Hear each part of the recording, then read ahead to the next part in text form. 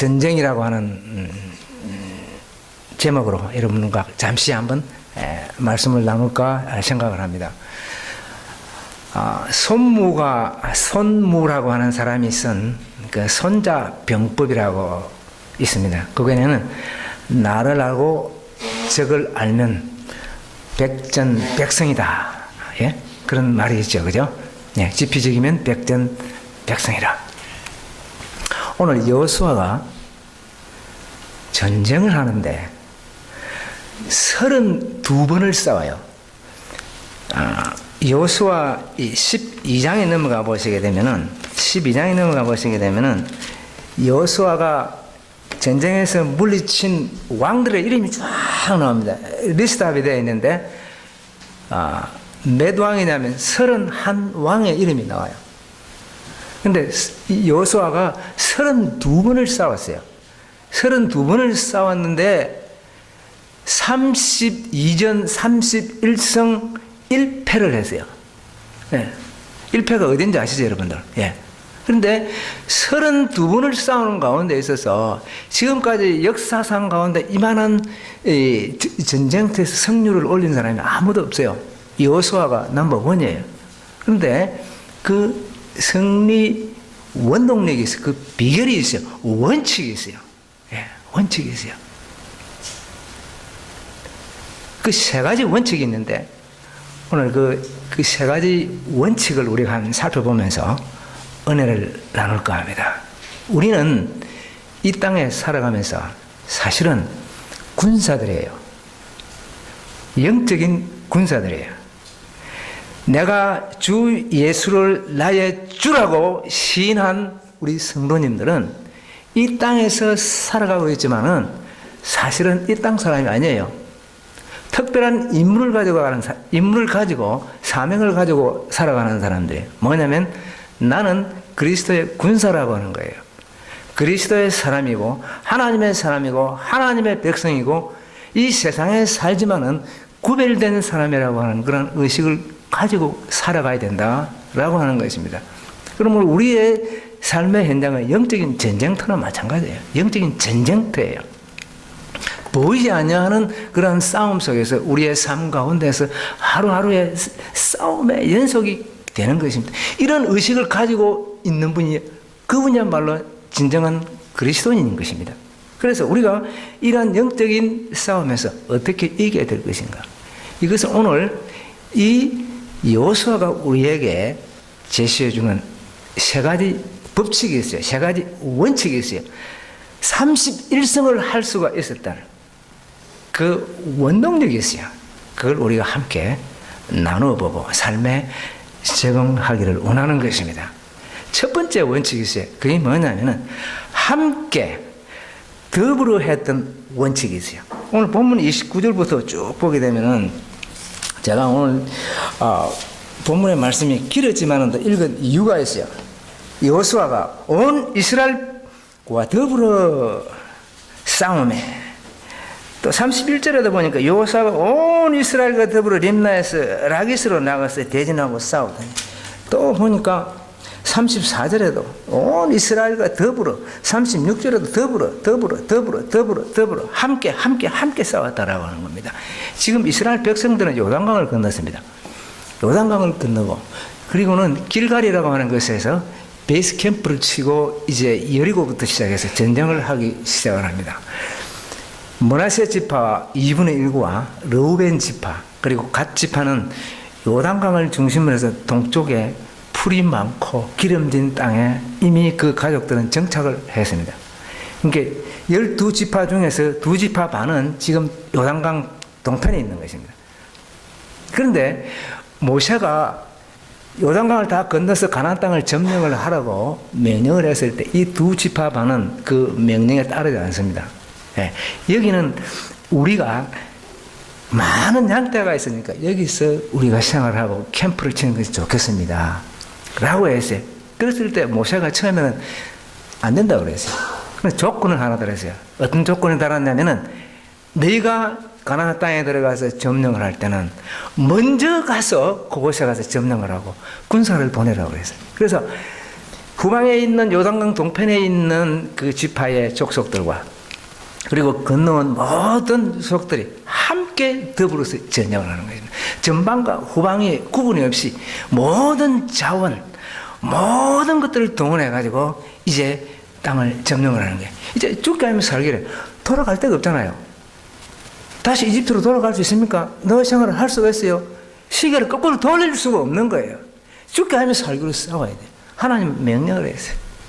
그런데 이스라엘이 온 백성과 함께 더불어 싸웠다라고 해서 한 사람도 여호와의 명령에 이탈하거나 거역한 사람이 다 함께 더불어 싸웠다. 한 마음이 되었다라고 하는 것입니다.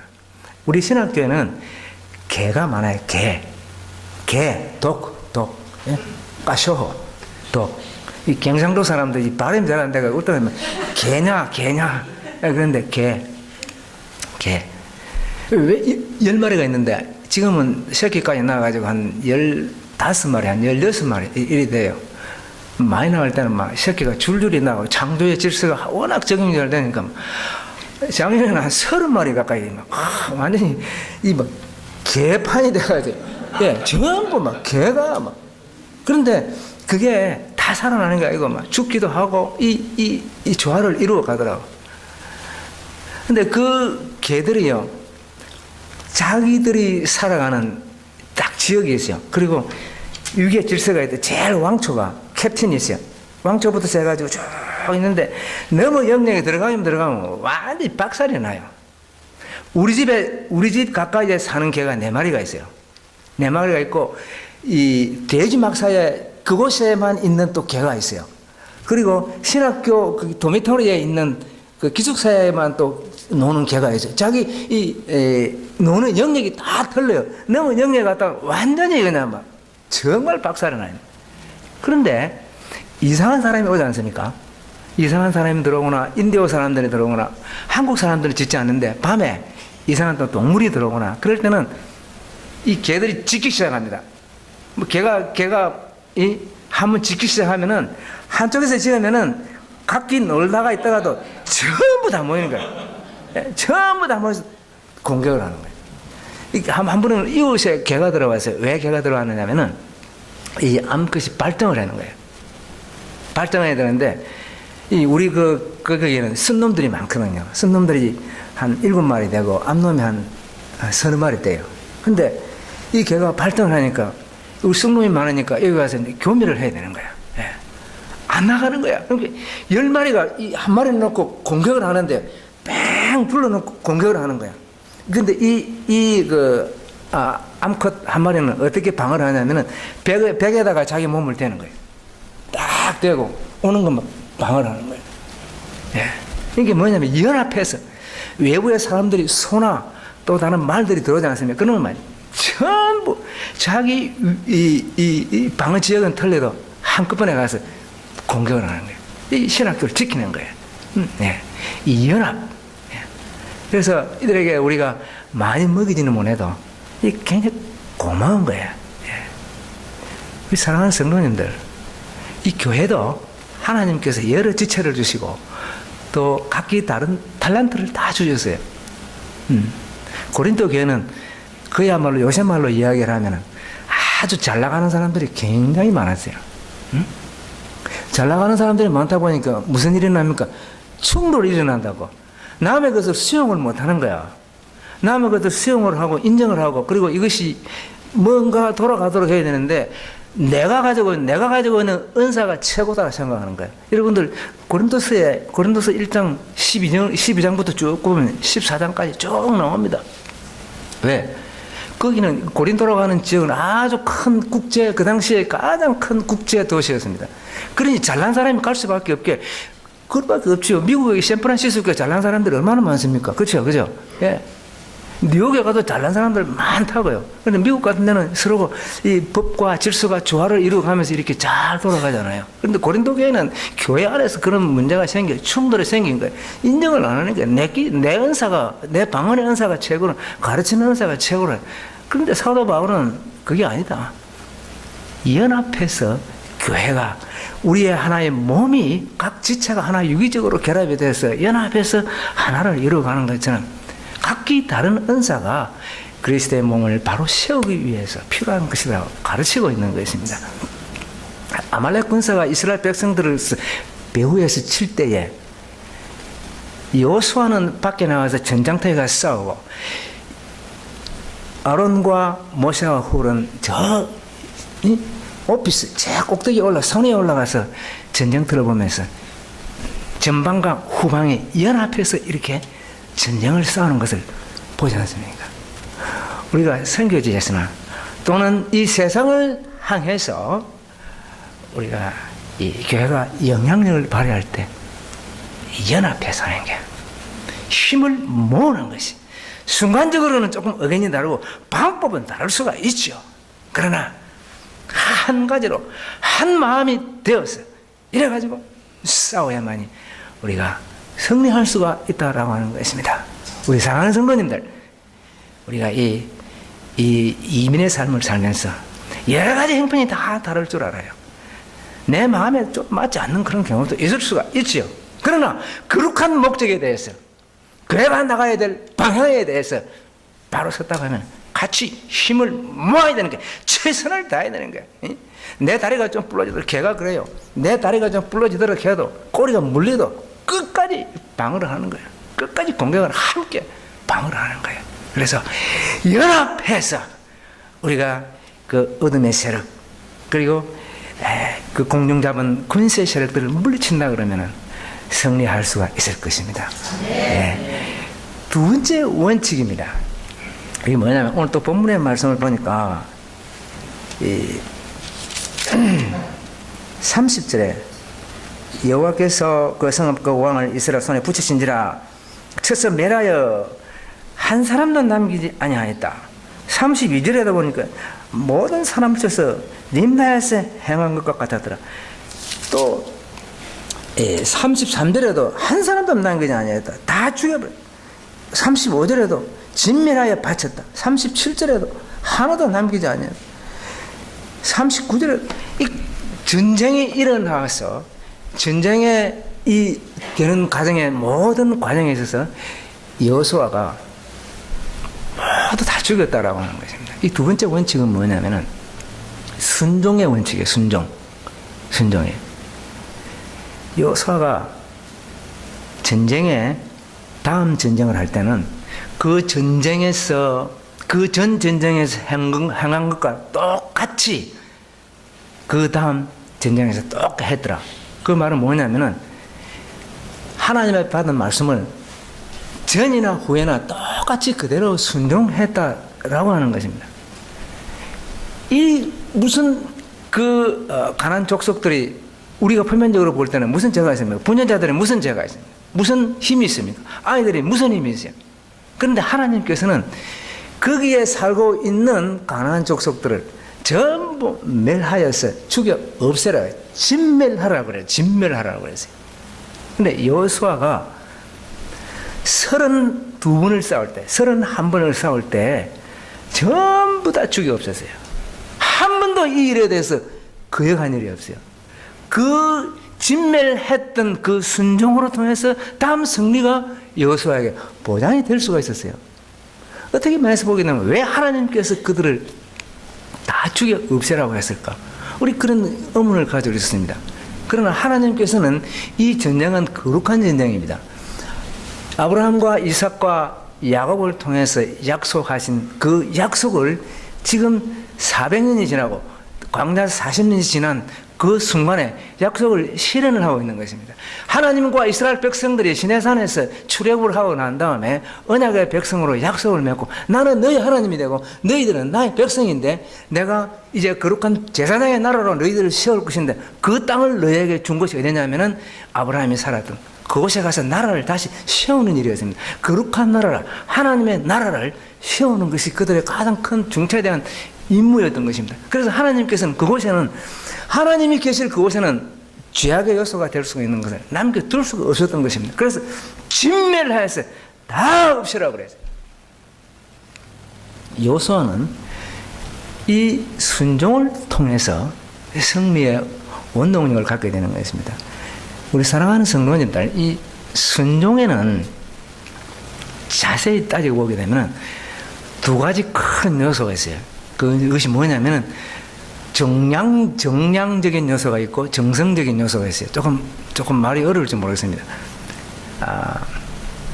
그게 뭐냐면은 정량적인 요소라고 하는 것은 시간적인 요소, 정성적인 요소는 뭐냐면은 내용적인 요소가 있다는 거예요. 시간과 내용이 바로 맞아야 된다라고 하는 것입니다. 아브라함이 믿음으로 또 하나님의 말씀을 잘 순종해서 그가 믿음의 조상이 되었습니다. 이삭을 하나님의 지시한 땅에 가서 바치라고 했을 때 그는 결코 주저하지 않았습니다. 이튿날 새벽에 그는 일찍 일어나서 안장을 챙기고 그리고 제사에 쓸 나무를 다 챙겼습니다. 바로 그 다음날 이른 새벽에 그 사례하고 와이프하고 같이 언언도 안 했어요. 하나님, 내가 아들하고 일주일만 더 지내다가 바치겠습니다. 1년만 내가 100살에 얻은 아들인데 이 키워가지고 이게 뭡니까? 조금만 더 지내다가 장가나도 보내놓고 뭐. 일철 그 이야기가 없어요. 하나님의 말씀을 듣자마자 바로 즉각적으로 순종한 것을 볼 수가 있어요. 이 순종은 말입니다. 지가 마음대로 시간을 널널버리고 그 순종이 아니에요. 순간은 말씀을 들었을 때 바로 즉각적으로 하나님의 시간에 맞추어서 바로 반응하는 것이 이 정량적인 순종이에요. 예. 그래서 이 아브라함은 믿음의 조상이라고 하는 그러한 이 아름다운 명칭을 얻게 된 것입니다. 뿐만 아니고 내용에 면에서도 마찬가지입니다. 하나님께서 지시하신 진멸하라고 했을 때는 하나도 남겨 안 했다 그랬어요. 하나도 다 없애라 그랬어요. 그랬을 때 이 요소는 그대로 했어요. 예? 하나님이 시킨 그대로 했다는 거예요. 내가 말씀을 더하거나 빼거나 절대로 하지 안 했다라고 하는 겁니다. 100원에서 1센트가 모자라도 그 100원이 아니에요. 그렇잖아요? 예. 100달러는 1센트, 100이 딱 돼야 100달러예요. 1센트가 모자라는 거예요. 예. 순종도 마찬가지라고 하는 것입니다. 나답과 아비후는 아론의 아들들입니다. 제사장들입니다. 하나님께서 내가 땅에 거할 내 집을 처소를 만들었습니다. 그게 성막입니다. 성막을 만들어 놓고 하나님 앞에 제사를 드렸습니다. 제사를 드렸는데 레위기서 10장을 보시게 되면 이 두 사람이 제사를 드렸는데 하나님께서 불을 내서 죽여서 없애버렸어요. 두 사람이 죽었어요. 여러분 기억하시죠? 왜 죽었어? 왜 하나님 앞에 거룩한 제사를 드렸는데 왜 죽었어? 다른 불을 쓴 거야. 하나님이 지시하지 않은 다른 불을 지 마음대로 다른 불을 가져와 썼어요. 네? 지 마음대로 해가 죽은 거야. 기생 라합이 정탐꾼하고 약속을 했을 때에 너는 우리 백성이 들어가서 여리고성을 함락을 할 때 붉은 줄을 내리라 그랬어요. 그 여자는 그 라합은 칼라풀한 7색깔 무지개를 내리지 아니했어요. 붉은 줄 그대로 내렸어요. 다른 것 절대로 섞지 않았어요. 그대로 순종한 것을 볼 수 있어요. 사울 왕이 말씀을 순종을 했어요. 예? 아말렉과 싸워서 전쟁을 해와서 하나님께서 진멸하라고 했는데 진멸하라고 했어요. 그러나 부족했어요. 하나님께서 그 아말렉 군사들하고 같이 이 전쟁을 할 때에 하나님은 원수가 몇백 년 동안 한이 맺힌 게 있었어요. 사울 왕의 그 명령 지시를 할 때 신명기 25장에 보시게 되면은 이스라엘 백성들이 가나안 행군을 하는 과정에 있어서 아말렉 군사가 배후에서 어린 아이들과 여인들을 쳤다라고 했어요. 출애굽기 17장에서는 전쟁하여 싸우더라라고 이야기하지만 모세가 말년에 회상을 할 때는 아주 상세하게 이야기를 하고 있습니다. 그때 하나님께서는 내 백성을 건드렸던 그 아말렉이 너무나 미운 거예요. 그걸 지금 사울 왕을 통해서 그걸 원수를 갚으려고 그러는데 이 사울 왕이 적당히 살려준 거야. 예? 지 마음대로 해본 거야. 그래서 순종이 제사보다 낫고. 예? 여러분들, 말씀을 거역하는 것은요, 우상하게 절하는 것 같다고 그랬어요. 그리고 완고한 것은 또한 말씀을 거역하는 것은 점치는 것과 같고, 완고한 것은 다른 우상에게 절하는 것과 똑같다고 이야기했어요. 얼마나 순종하기가 어려운 것을 우리에게 말씀해 주고 있는 것입니다. 우리 사랑하는 성도님들, 순종할 때는 다 버려야 돼요. 내 생각과 들어가면 안 돼. 예. 내가 이 이야기를 좀 더 해야 되겠어. 우리 신학생 하나가, 예, 우리 신학생 하나가 하루는 오후에는 우리가 일을 합니다. 아침에는 이제 수업을 하고 오후에 일을 하는데 조를 나누어서 해야 될 일들을 하는데 오늘 일 해야 될 것들 딱딱 일을 지시를 합니다. 그런데 한 학생이 파스토, 오늘 고기 잡으러 가면 안 되냐 그래. 이 저수지에 고기가 많은데 고기 잡으러 가자 그래서. 그래서 제가 이 고기는 이번 주 토요일 날 잡는다. 왜? 졸업생들이 다 같이 오기 때문에 그때 프로젝트를 시작하기 전에 고기를 잡아가서 다 건져가서 구워 먹고 그러고 난 다음에 한다. 가지 마라. 근데 이 학생이 다른 인디아들을 같이 데리고 또 간 거야. 그걸 가지 마라 했는데 내가 분명히 가지 마라 했거든. 안 된다. 다른 목적이 있다. 거기는 나와라. 4일, 5일 뒤에 그곳에 가서 같이 곰고 고기를 잡고 그리고 파티를 한다. 그랬는데 애들 데리고 가서 고기를 잡아온 거야. 내가 보니까 생선을 굽고 생선을 장만하고 잡아가지고 얼마나 내가 화가 나겠어요. 다 불러 모았어요. 예. 이거 혼인하세요. 나한테 한번. 예. 우리 사랑하는 성도님들. 여호수아가 승리 원동은 순종에 있었습니다. 순종이 결코 쉽지 않습니다. 내용을 바꾸거나 또는 시간을 늦추거나 해서는 안 되는 것입니다. 말씀을 들었을 때는 말씀 그대로 즉각적으로 반응하고 또 참 순종을 통해서 승리할 수 있는 우리 성도님 되시기를 주님 이름으로 축원합니다. 세 번째 원칙이 있어요. 그것이 뭐냐면은 길갈이라고 하는 것을 이 백성들이 있었어요. 길갈의 원칙입니다. 오늘 본문의 43절에 보니까 여호수아가 온 이스라엘과 더불어 길갈 진영으로 돌아왔더라. 이 백성들은 전쟁을 하고 반드시 길갈이라고 하는 베이스 캠프로 돌아왔어요. 예. 이 길갈이라고 하는 것은 무엇입니까? 어느 곳입니까? 이스라엘 백성들이 처음 넘칠거리는 그 요단강을 건너고 그곳에 처음 베이스 캠프를 쳤던 곳이 바로 길갈입니다. 가나안 땅을 점령하기 위해서 제일 처음 세웠던 그 도시가 바로 길갈입니다. 이 길갈에서 이들은 요단강을 건너는 하나님께서 역사하신 새로운 체험을 했습니다. 그들의 조상들은 홍해를 건넜다 그러면 이 가나안 세대들은 이제 요단강을 건너는 새로운 하나님을 이들은 체험했던 것입니다. 그리고는 그곳에서 할례를 행하게 합니다. 왜 하나님께서 적군이 바로 눈앞에 있는데 왜 할례를 행했을까? 이 남성들의 이 살을 떼어내게 되면 얼마나 아프겠어요? 적군이 그 순간에 쳐들어온다 그러면은 전멸할 수 있는 그러한 상황에도 하나님께서는 이 모든 백성들에게 할례를 행하게 했습니다. 왜? 이제는 너희들은 더 이상 노예의 족속들이 아니다.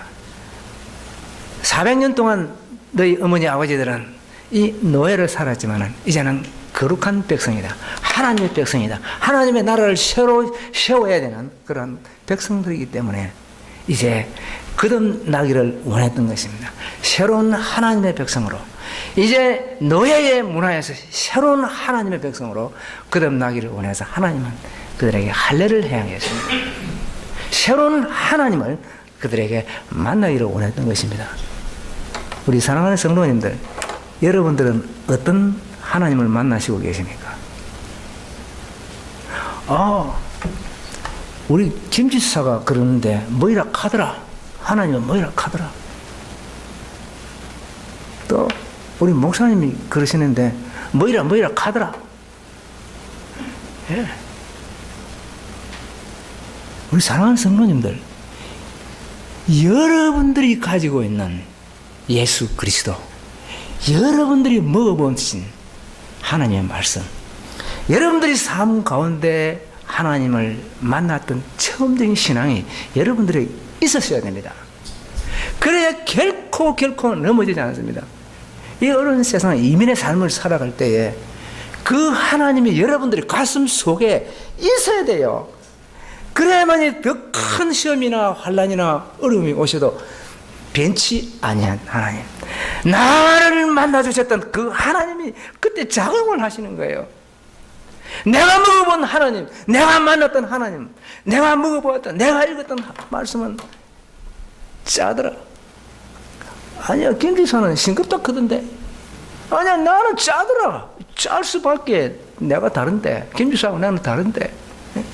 남이 그려준 예수 그리스도 말고, 남이 그려준 그런 하나님 말고, 내가 먹어본 하나님, 내가 만난 하나님, 그 하나님이 여러분들이 있어야 된다고 하는 것입니다.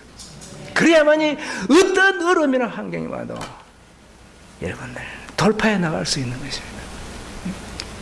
엉뚱한 짝퉁 복음에 넘어가가지고 말이죠. 짝퉁 복음 아십니까? 비스무리한 거. 이 짝퉁 복음의 원조는 열왕기서에 나와요. 열왕기서에. 그게 북쪽 이스라엘과 남북이 나눠졌을 때 북쪽 이스라엘에서 했던 거예요. 하나님 비슷한 것을 만들어 놓고 그곳에 절하게 했어요. 하나님이 계획해 놓으신 그러한 절기들을 비스무리하게, 경상도 말로 비스무리하게 만들어 놓고, 그래 놓고 거기에서 절하게 하고, 레위 족속이 아닌 일반 평민을 통해서 하나님의 제사장을 세웠어요. 겉은 같지요. 그러나 속은 들어보면 다 틀린 거예요. 비슷한 거예요. 예. 우리 사랑하는 성도님들, 정말 내 하나님이 누구신가? 내가 만나는 하나님이 누군지를 여러분들 가지고 계셔야 됩니다. 여러분들의 길가를 가지고 계셔야 돼요. 나도, 이 양 목사도, 저도 매일같이 하나님을 새롭게 만나요. 제가 선교 현장에 있으면서 매일같이 만나는 것이 하나님, 오늘도 내가 하나님을 새롭게 만나기를 원합니다.